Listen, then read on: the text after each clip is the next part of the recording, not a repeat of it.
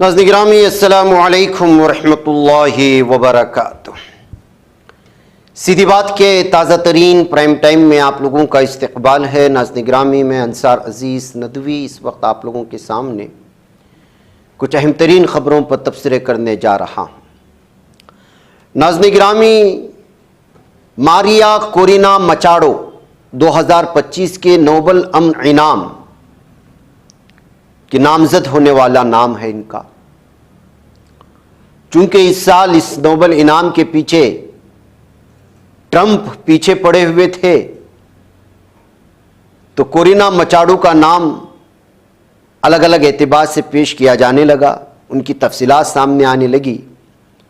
लेकिन महसूस यही किया गया कि गाज़ा के मजलूम फ़िलिस्तीनियों के कत्ल-ए-आम का सपोर्ट करने वाली को नोबल अमन इनाम दिया जाना कहां तक सही है। जब नाम आते हैं तो फिर उसके पीछे कुछ लोग उसकी तारीख जानने की कोशिश करते हैं। फिर लोगों ने मारिया कोरिना मचाडो के ट्वीट्स को चेक करना शुरू कर दिया, तो फिर उसके ऐसे कई ट्वीट सामने आए हैं जिसमें उसने कत्ल-ए-आम की गाज़ा के मासूम मुसलमानों का सपोर्ट किया है। गाज़ा में इसराइली बर्बरियत की हामी ये शिद्दत पसंद खातून है। अमन का नोबल इसको दिया गया है, तो इसका नामजदगी वापस लेने के लिए इस वक्त पूरे यूरोपियन ममालिक में इस वक्त पूरा ट्रेंड चल रहा है, चलाना चाहिए और बाकायदा इसके खिलाफ जो है तहरीक होनी चाहिए, इसके मुतालबे बढ़ते चले जा रहे हैं। अमन जंग की हिमायत करने वालों को इनाम किस तरह दिया जा सकता है? नोबल कमेटी के एक फैसले ने दुनिया भर में नई बहस छेड़ दी है। मारिया कोरिना मचाडो इसराइल की जानिब से गाज़ा पर बमबारी की बड़ी हामी समझी जाती है। उनकी इस मौक़िफ़ ने आलमी सतह पर शदीद तनकीद को जन्म दिया। 2018 में उसने इसराइल और अर्जेंटीना से मदद की अपील की थी। वह अपने मुल्क वेनेज़ुएला हुकूमत का तख्ता उलटने के लिए गैर मुल्की ताकतों की मदद मांग चुकी है, अपनी ही मुल्क का तख्ता उलटने के लिए। इसकी पुरानी सोशल मीडिया पोस्ट उसके मौक़िफ़ की गवाह है। 2 साल कबल उसने लिखा था कि वेनेज़ुएला की जंग भी इसराइल की तरह है। उसने इक़्तिदार में आने पर इसराइल की आज़ादी में मुकम्मल मदद का वादा भी किया था। अमेरिका में मुस्लिम हकूक़ के लिए काम करने वाले इदारे council on American Islamic relation ने इस पर शदीद एतराज़ किया है। उन्होंने मारिया के गाज़ा से मुतालिक बयान को नाकाबिल कबूल करार दिया। CEIR ने नोबल कमेटी को अपने फैसले पर असर-ए-नौ गौर करने का मशवरा दिया। इनका कहना है कि मारिया को इनाम देने से नोबल की छवि को गहरा झटका लग सकता है। ये अमन के उसूलों के खिलाफ है। इस फैसले पर नज़रसानी क्या करेगी? अगर नहीं करेगी तो फिर सारे के सारे जो लोग अमन और गाज़ा पट्टी के मासूम मुसलमानों के कत्ल-ए-आम के जो हिमायती इस खातून के ख़िलाफ़ तनकीद करने और सोशल मीडिया पर और तमाम प्लेटफार्म पर इस वक्त एक तहरीक चलाने के मुतालबे दिन ब दिन बढ़ते चले जा रहे हैं। पहला जॉब था और जॉब की मिलने की खुशी में या सैलरी मिलने की खुशी में एक नौजवान, एक इंजीनियर पार्टी कर रहा था अपने दोस्तों के साथ, लेकिन 10,000 रुपये के लिए एक पुलिस ने उसका कत्ल ही कर दिया। पहली सैलरी की खुशी भी नहीं बना पाया एक इंजीनियर भोपाल में, उदित उसका नाम है।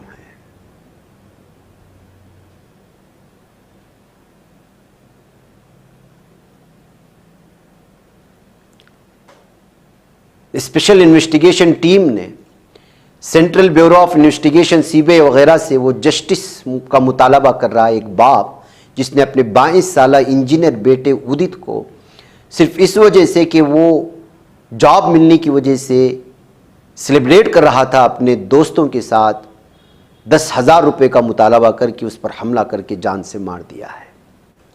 उदित के दोस्त ने बयान दिया है, मैं अवधपुरी इलाके में था, उसी वक्त उदित ने मुझे कॉल किया और कहा कि जो है चलिए पार्टी करते हैं। हम दोनों पार्टी गए, पार्टी किए, वहाँ से कुछ देर के बाद हम वापस आने लगे।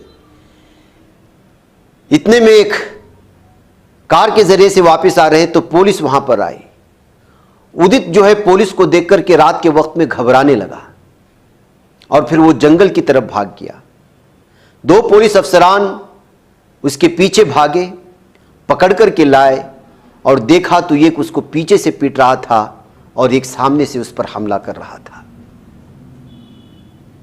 और फिर उसके बाद देखते ही देखते उसकी जान चली गई। बुरी तरह से दोनों पुलिस अफसरान ने एक ऐसे इंजीनियर भोपाल के लड़के को मारा जो पार्टी करके रात में घर से लौट रहा था। पुलिस को देखकर घबरा कर भागने का नतीजा ये निकला कि पुलिस ने उसको बुरी तरह से मार करके ख़त्म कर दिया। अब इन पुलिस अफसरान के खिलाफ क्या पुलिस कार्रवाई करेगी? भागने की असल वजह क्या थी? कभी कभी होता है कि रात में पार्टी के बाद जो है लोग नशा कर लेते हैं, शराब में धुत होते हैं। इस तरह की चीज़ों से बचने के लिए कभी कभी इस तरह होता है और पुलिस किस कदर जो है उस पर हमला कर दिया, आप अंदाज़ा लगाएं। नाज़रीन, आजकल बगैर टिकट के ख़वातीन की जानिब से रेलवे में सफ़र करने की और वो भी एसी कोचेस में लगातार हादिसात और वाक़यात बढ़ रहे हैं। और जब इन पर टीटीई कोई सवाल करता है तो वो गुंडागर्दी करती हुई भी नज़र आती है। कभी कहते हैं कि ऐसा वैसा, अपना जुर्म कबूल करने को ही तैयार नहीं होते। अब बगैर टिकट के ट्रेन में सफ़र करना जुर्म है, मान लेते और फिर फ़ाइन जो है जुर्माना अदा करते, ख़त्म हो गई। लेकिन जब कोई टीटीई पूछता है तो तेरी औकात क्या है बता, बोल देती है। अब ये माँ बेटी की ये वीडियो वायरल हो रही है, जबकि अभी 2 दिन पहले एक और वीडियो वायरल हुई थी और वो वीडियो एक खातून की थी जो गवर्नमेंट स्कूल की टीचर थी, वो भी एसी क्लास में चल रही थी। टीटीई ने उससे पूछा कि भाई आप टिकट क्यों नहीं लिए और कोच एसी कोच में चल रहे हैं। वो भी जो है बाद में अपने ख़ास लोगों को बुला करके टीटीई पर ही इल्ज़ाम लगा दिया कि उसके साथ जो है हरासा करने की कोशिश कर रहा था। अब ये दोनों तस्वीरें, ये दोनों वीडियो शेयर करते हुए बताया जा रहा है कि एक तो जुर्म करते हैं, गलतियां करते हैं, उसको मानने के बजाय जो लोग इस सिलसिले में सवाल करते हैं उसी को मुजरिम ठहरा देते हैं। दोनों वीडियोस आप देख लीजिएगा। कर रहे हैं आप? बिल्कुल। मुझे पता है। आपको टिकट नहीं है मैडम तो क्या करें हम? मैं जा रही हूँ, क्यों परेशान? आपको तो बोल रहे हैं चले जाइए, आप बोल रहे हैं जीआरपी है, फलाना ढमका है। आप जाइए प्लीज। करिए मैडम, क्या करना है?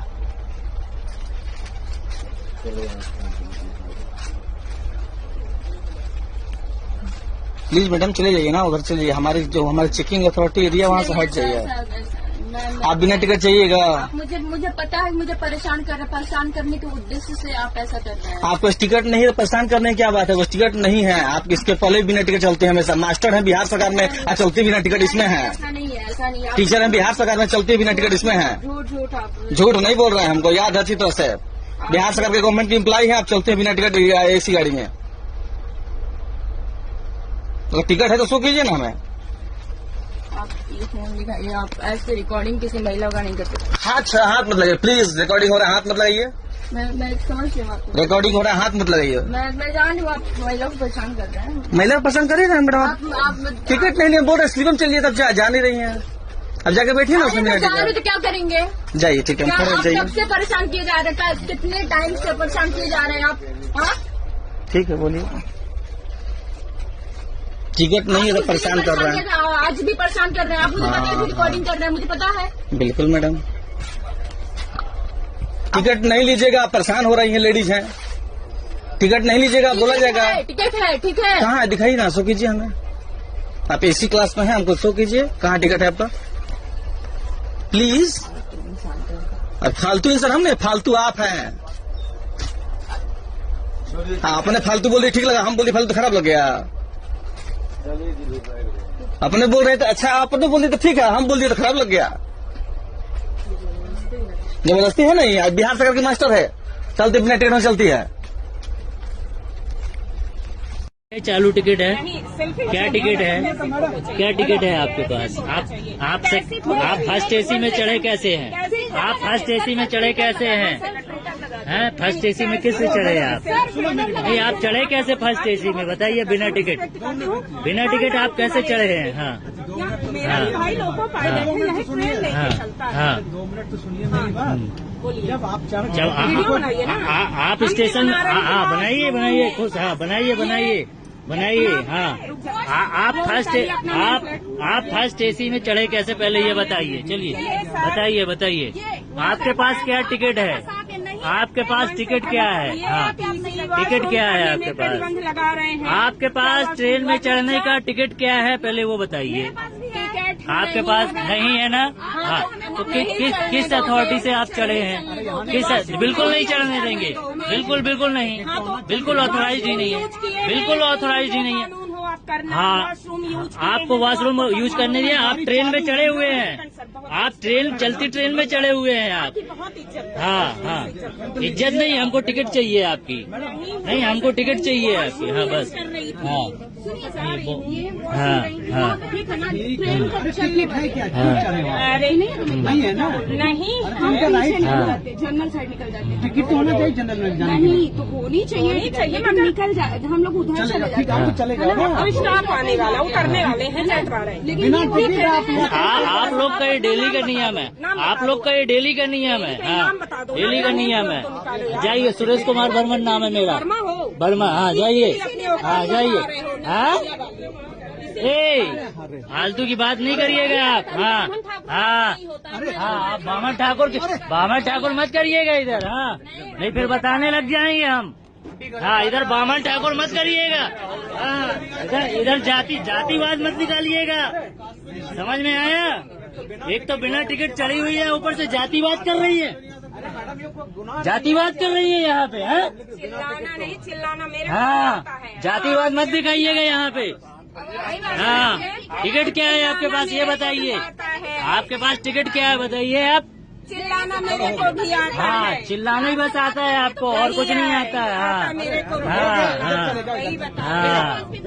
हाँ, एक तो आप हाँ। टिकट नहीं लिया, उसके हाँ। बाद ठीक है ना यार मैडम, इधर हो जाओ। पीछे निकल गया, पीछे मतलब बिना टिकट यात्रा बिना टिकट आप स्टेशन के अंदर आ नहीं सकती है बिना टिकट। आप बिना टिकट स्टेशन के अंदर नहीं घुस सकती हैं। ट्रेन में चढ़ने की बात दूर है। हाँ,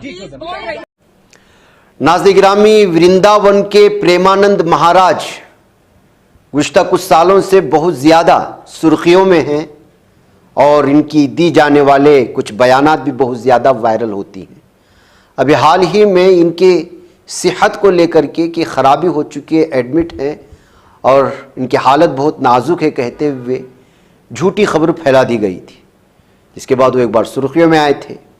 अब एक बार फिर इसलिए सुर्खियों में आए हैं कि कोई प्रेमानंद महाराज का प्राइवेट दर्शन कराने के नाम पर ये खातून के साथ जिनसी ज्यादती की है मथुरा में।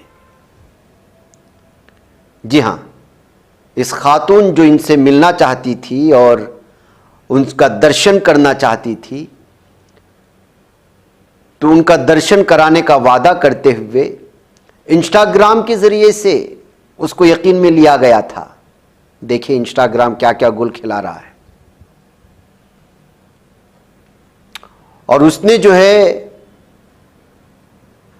इंस्टाग्राम से जो दोस्ती हुई थी, उससे जिस नौजवान के साथ दोस्ती हुई थी, उसने वादा किया कि अगर वो प्रेमानंद महाराज से मिलना चाहती हैं तो उनको मुलाकात करवा सकता है और स्पेशल जो है दर्शन हो सकता है। और फिर उसको बुलाया, आगरा बुलाया और आगरा में उसके साथ ज्यादती की। न प्रेमानंद महाराज के दर्शन हुए, उल्टे से इसकी जिनसी हरासानी हो गई। तो अब वो खातून ने जो है जाकर के मामला दर्ज करवाया है। लेकिन आप अंदाज़ा लगाएं, इस तरह के सामियों के नाम पर भी अब जो है लोग गलत इस्तेमाल करने लगे हैं ख़वातीन का और ख़वातीन के ख़िलाफ़ जिनसी ज़्यादती। उत्तर प्रदेश के बंथरा थाना इलाके में एक दलित नाबालिग लड़की के साथ इज्तिमाई असमदरी के वाक़ये ने रियासत में ख़वातीन की हिफाजत पर एक बार फिर सवाल खड़े कर। यूपी में अभी हाल ही में एक दलित नौजवान के पर रायबरेली में जो जुल्म सितम हुआ, उसके बाद से वैसे भी अपोजिशन की निशाने पर है। अब एक और मामला उत्तर प्रदेश में पेश आया और ये भी दलित नाबालिग लड़की के साथ इज्तिमाई असमदरी का। बहुजन समाज पार्टी की सरबराह मायावती ने अपने सोशल मीडिया हैंडल पर एक पोस्ट में इस वाक़े को अफसोसनाक और शर्मनाक करार देते हुए सख्त कार्रवाई का मुतालबा किया है और लखनऊ पुलिस ने 2 मुलजिमों को गिरफ्तार भी किया है। ये वही मायावती है जो कुछ दिन पहले योगी हुकूमत की तारीफ भी कर रही थी। यो बहुत सारे मसाइल हैं नाज़-ए-गिरामी, सियासत को समझना बड़ा मुश्किल है। हरियाणा की सीनियर आईपीएस अफसर पौरण कुमार की खुदकशी का मामला जोर पकड़ता जा रहा है। वाक़े को 6 दिन गुजर चुके हैं लेकिन ताहाल पोस्टमार्टम और आखिरी रसूमात नहीं हो सकी। अहले खाना अब भी पुलिस के डायरेक्टर जनरल की गिरफ्तारी और जिम्मेदार अफसरान के खिलाफ कार्रवाई के मुतालबे पर मुसिर हैं। कुमार 7 अक्टूबर को अपने घर के तहखाने में मुर्दा पाए गए थे। चंडीगढ़ की एसएसपी चंडीगढ़ के एडवांस ऑटोप्सी सेंटर पहुंचे और पूरे मामले की निगरानी की। इसी दौरान कुमार की अहलिया और सीनियर आईएएस अफसर अमनीत पी कुमार जो है अपने नोट में मुलजिम बनाए गए हैं। अफसरान के खिलाफ कार्रवाई के मुताले पर वो बजिद हैं कि जिनके नाम ले जिन्होंने इनको हरासा किया गया उनके खिलाफ फौरी कार्रवाई की जाए। इधर नाज़-ए-गिरामी लगता है कि उवैसी साहब पूरे ज़ोर शोर के साथ बिहार आ रहे हैं। अब ये क्या गुल खिलाएंगे, मैं इस पर कोई ख़ास तबसरा करना नहीं चाहता, क्योंकि एमआईएम पार्टी को लेकर के वो जब कभी भी किसी रियासत में गए हैं और उनकी बात नहीं मानी है तो हर नशिस्तों में अपने उम्मीदवारों को उतारा है।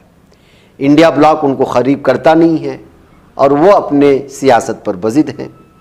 100 नशिस्तों पर इलेक्शन लड़ने का ऐलान हो चुका है अभी बिहार में। कुल हिंद मजलिस इत्तेहादुल मुस्लिमीन ने बिहार में तीसरा मुतबादिल बनने का आज़म जाहिर किया है। अब ये तीसरा मुतबादिल कैसे बनेंगे मुझे तो समझ में नहीं आता है। पार्टी का कहना है कि वो एनडीए और महागठबंधन के अलावा एक नई सियासी कुव्वत बनना चाहती है। एक बड़ा चैलेंज है लेकिन पार्टी पुरअज़्म नजर आती है। गुज़िश्ता इलेक्शंस में असदुद्दीन ओवैसी की क़ियादत में जितनी नशिस्तें उतारी गई थी, इस मरतबा अगर देखा जाए, मुआवजा किया जाए तो ये 5 गुना ज़्यादा है। पार्टी का मकसद अपनी मौजूदगी का एहसास दिलाना है, चाहे किसी असेंबली इंतखाबात में 100 वोट ही क्यों ना पड़े, लेकिन ये बावर कराना है कि हम हैं।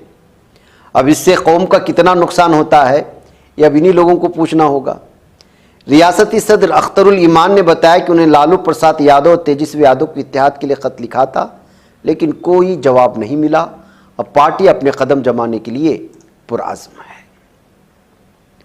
बहरकैफ नाज़-ए-गिरामी मुझे इजाज़त दें। इसके साथ साथ एक और राजस्थान की खबर आप लोगों के सामने रखूं। राजस्थान से एक और पाकिस्तान का मुखबिर मंगित सिंह गिरफ्तार कर लिया गया है। दुश्मन मुल्क की खातून एजेंट को खुफिया मालूमात भेज रहा था। मुलजिम से पूछगछ की जा रही है। राजस्थान की इंटेलिजेंस ज़राए ने बताया कि अलवर का रहने वाला मंगित सिंह नामी शख्स गुज़िश्ता 2 सालों से पाकिस्तानी हैंडलर्स से राब्ते में है। इन पर अलवर आर्मी छावनी और कौमी राजधानी की दीगर स्ट्रेटेजिक इलाकों की तफसीलात दुश्मन मुल्क को भेजने का इल्ज़ाम है। तहक़ीक़ात से पता चला कि सोशल मीडिया पर फर्जी नाम ईशा शर्मा इस्तेमाल करने वाली पाकिस्तानी खातून एजेंट ने मंगित सिंह को लालच दिया था। हुकाम ने इंकिशाफ किया कि उसने एतमाद की बातों और पैसों के वादों से लालच दिया, उसे फ़ौजी राज हासिल किए। शवाहिद मिले हैं कि ये मालूमात फराहम करने की इवज़ उसे बड़ी रकम भी अदा की गई थी। इंटेलिजेंस हुकाम जो रियासत में स्ट्रेटेजिक मकामात पर मशकूक सरगर्मियों की निगरानी कर रहे थे, मंगित सिंह की नकलो हरकत का पता लगाया। उनके फ़ोन का टेक्निकी तज्जिया करने के बाद उसे 10 अक्टूबर को गिरफ्तार किया गया। इंटेलिजेंस डीआईजी राजेश मिल ने कहा कि अपनी गिरफ्तारी तक वो पाकिस्तानी हैंडलर्स को मालूमात भेज रहा था। नाज़रीन मुझे इजाज़त दें। अस्सलामु अलैकुम व रहमतुल्लाहि व बरकातहू।